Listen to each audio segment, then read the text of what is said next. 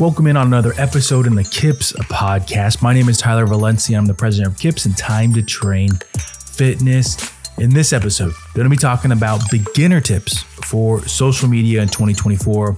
Now, I actually just did this episode, or I did a practice run of it in the private group for KIPS. I did a live stream from the page that shared to the private group. If you are not a part of that group and you're listening, it's a group that are trying to grow, trying to get more fit pros, health professionals, wellness professionals in the group, asking about tips that our community can help them grow their careers in 2024. So I'll put a link in the description for that. Before I get to the meat and potatoes of this episode though, the next conference that I'll be speaking at is Fitness Fest in Arizona. It's at the end of April. So make sure you check that out. I got 2 sessions. One's on YouTube and the other one's on unconventional workout equipment like Viper Pro, Landmine, all that kind of great stuff that I like to use in my weekly workouts, but hopefully we can introduce more in 2024. Next, if you're having any troubles with social media, so let's say that you know it's a platform that you want to grow, whether it's your Instagram, Facebook, YouTube, whatever that might be, check out the course we have. It's approved for CUs with NASM and with ISSA, and potentially another one in the pipeline, but there will be a link in the description for that one. So with this episode, talking about beginner tips, it kind of started from realizing with some of the content that I create for whether it's the YouTube channel, the podcast, or the live streams, some of it might be just 1 or 2 steps ahead of where beginners are. And the basics, these items that sometimes we just gloss over because they become second nature to us, the beginners out there might need these extra steps because they either help it organically grow or they can be great ideas that help them build confidence with their content creation so that hopefully they're not just posting selfies or not including them in themselves in the post because they are afraid or they haven't gotten to that step yet. And we want to build confidence with each repetition, just like with exercise. So let's kick off this episode with the first one here. And it's be picky about your timeline. Now, what does that mean? If you pull up your Instagram account and you go to your timeline or your posting page or wherever all your page or your posts, there we go, lie, that is your timeline, or it's your it's the place where all the posts that you create go. And be picky about it because think about it. Yes, you can delete them, but you want to save the best of the best for this area. Whenever you post a reel, a picture or a video, it should hopefully be up there because you believe it's the best post that you have. And I think that that's a concept I know that I've needed to work on a little better in my own social media accounts. What I've been doing is actually posting more to my stories, trying to get more consistent with that. And I've been posting, in my opinion, higher quality content in my story. So content that maybe I would have thought about putting as a reel in the past, I've been putting in my stories more frequently. And with your stories on Instagram, you can actually do a lot of great stuff. You can put music, you can put links, hashtags, you could tag, do paid in advertisement tags, all those kinds of things that really can help a post grow. And I know from speaking with other instructors, stories is often where people spend a lot of time, not just yourself, but people that are trying to grow an account. They will spend a lot of time on their stories. And if you have a bad story post, let's say that it's one that's out of focus, or you have it's a picture of your feed or something along those lines where it's not the best post, it's gone in 24 hours. So using your stories to help you build your confidence, build your reps with quality content is a good way to look at it.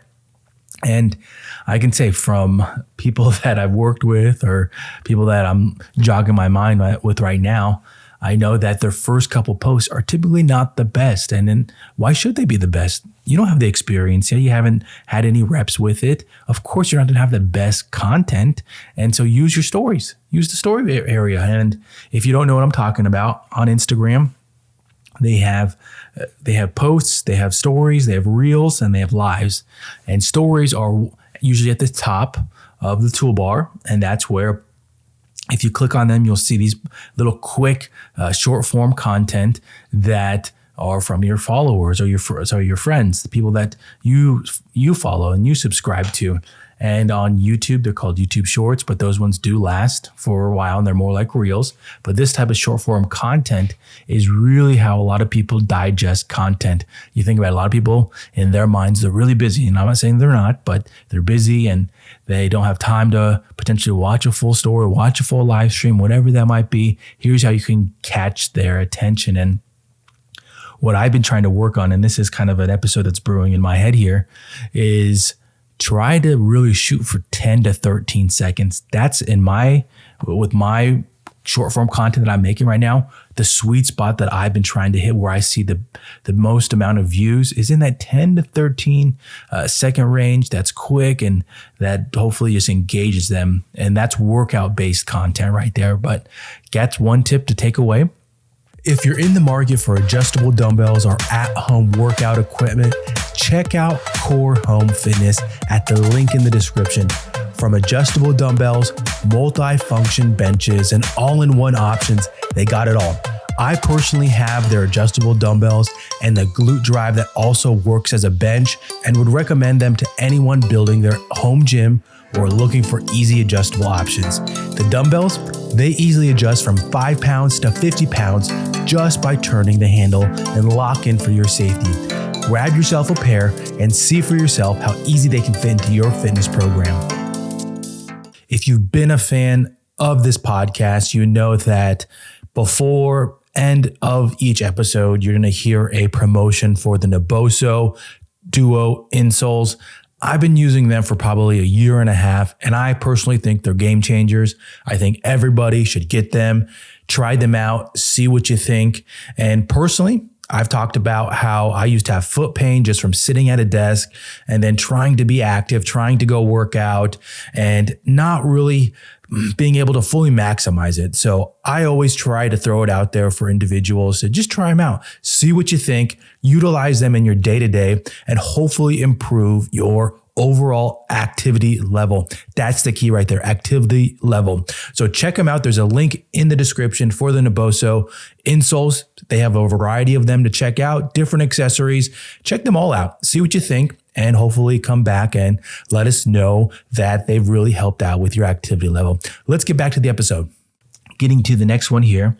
And this is one that I've talked about in different podcast episodes. I've talked about in live streams, maybe in tutorials as well on YouTube, but use what's already available to you. So these first two ones are about content creation here. And with using what's available to you, don't think that you have to reinvent the wheel.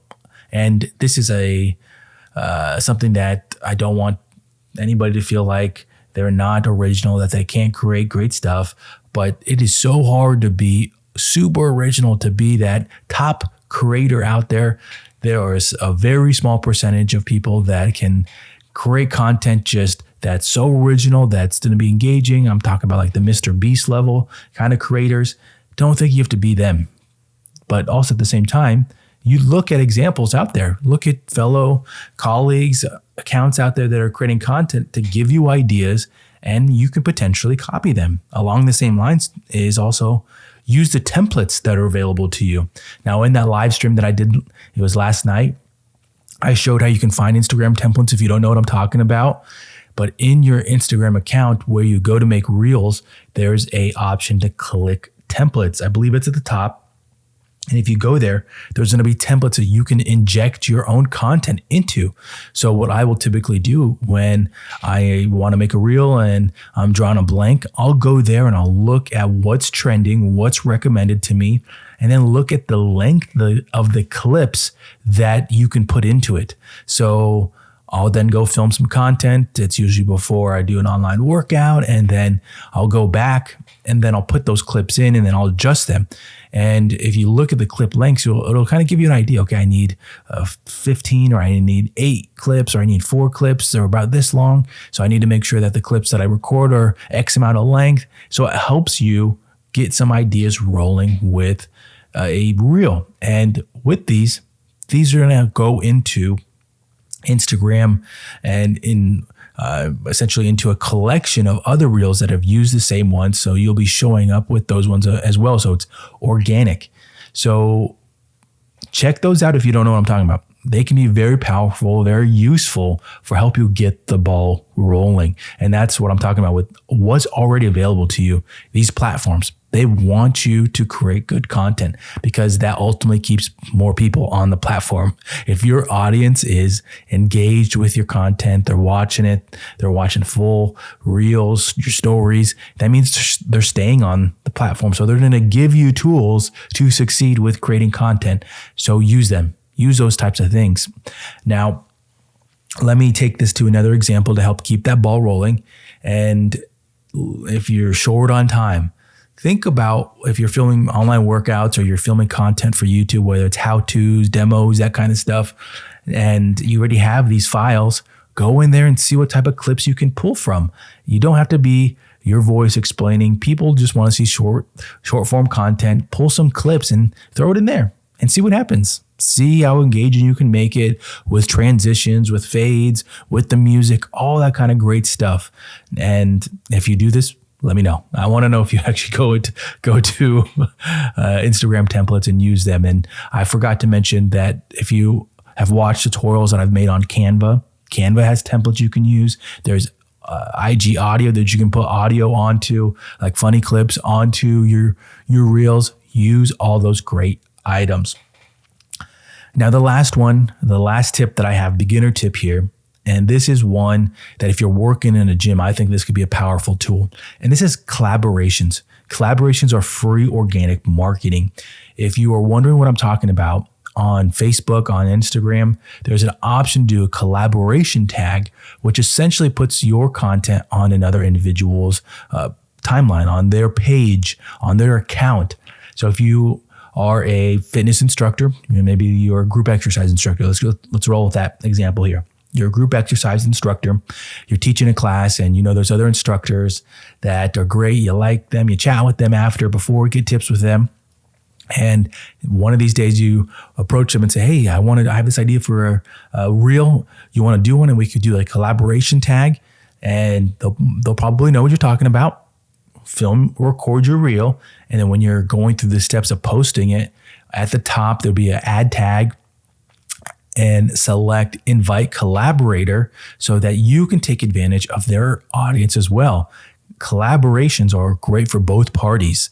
Some parties might be able to grow. They hopefully are growing from both sides of it, but your post will then show up on their page. And what you can hopefully grow, or where you can hopefully grow for this, is that somebody that is already part of their classes, if you're a group exercise instructor, so the other instructors that you're filming with, that if they have their audience that's already on social media and they're following them, maybe they'll see and be like, oh, I've seen that instructor around the gym. I do want to go take their class. Oh, it's at this time?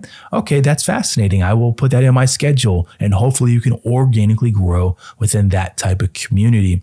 So take that example. You don't have to be a group exercise instructor. You can be a personal trainer. You can be a health coach, wellness coach, wherever that might be within your work, and utilize those because it's free, organic marketing. So these 3 tips here, they've been kind of brewing in my head, and I wanted to make sure I put them out there early in the year that this could be a great year to build off of, build organically, build great content, and continue to grow within this industry. These platforms, they're out there to help you grow.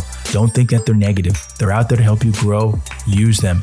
Thank you as always for listening, tuning in. If you have any other ones that you think can be helpful to health, wellness, fitness professionals, throw them on your favorite platform, whether it's Instagram, Facebook, or on your favorite podcasting platform. As always, I'm Tyler Valencia, and I'll catch you in the next one.